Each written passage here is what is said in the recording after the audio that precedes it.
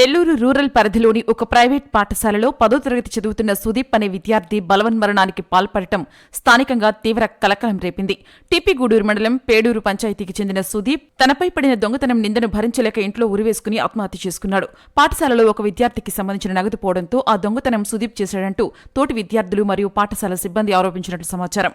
అందరి ముందు తనను దొంగగా ముద్ర వేయడంతో తీవ్ర మనస్తాపానికి గురైన సుదీప్ పాఠశాల నుండి ఇంటికి వచ్చిన తర్వాత ఎవరూ లేని సమయంలో ఈ అఘాయిత్యానికి ఒడిగట్టాడు. సుదీప్ మరణంతో తల్లిదండ్రులు, బంధువులు మరియు పేడూరు గ్రామస్తులు పెద్ద ఎత్తున పాఠశాల వద్దకు చేరుకుని ఆందోళన చేశారు. విద్యార్థి సుదీప్ మరణంపై వెల్లువెత్తుతున్న నిరసనలు, పాఠశాల యాజమాన్యం నిర్లక్ష్యమే కారణమని ఆరోపిస్తూ కన్నీరు మున్నీరవుతున్నారు తల్లిదండ్రులు.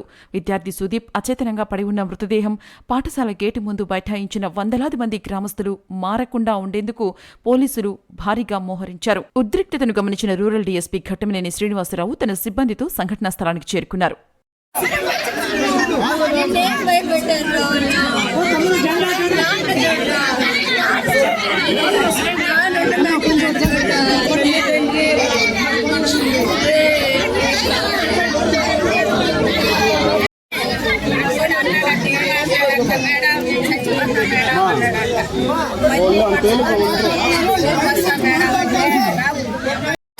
నువ్వు అడ్డం వచ్చేస్తున్నావు.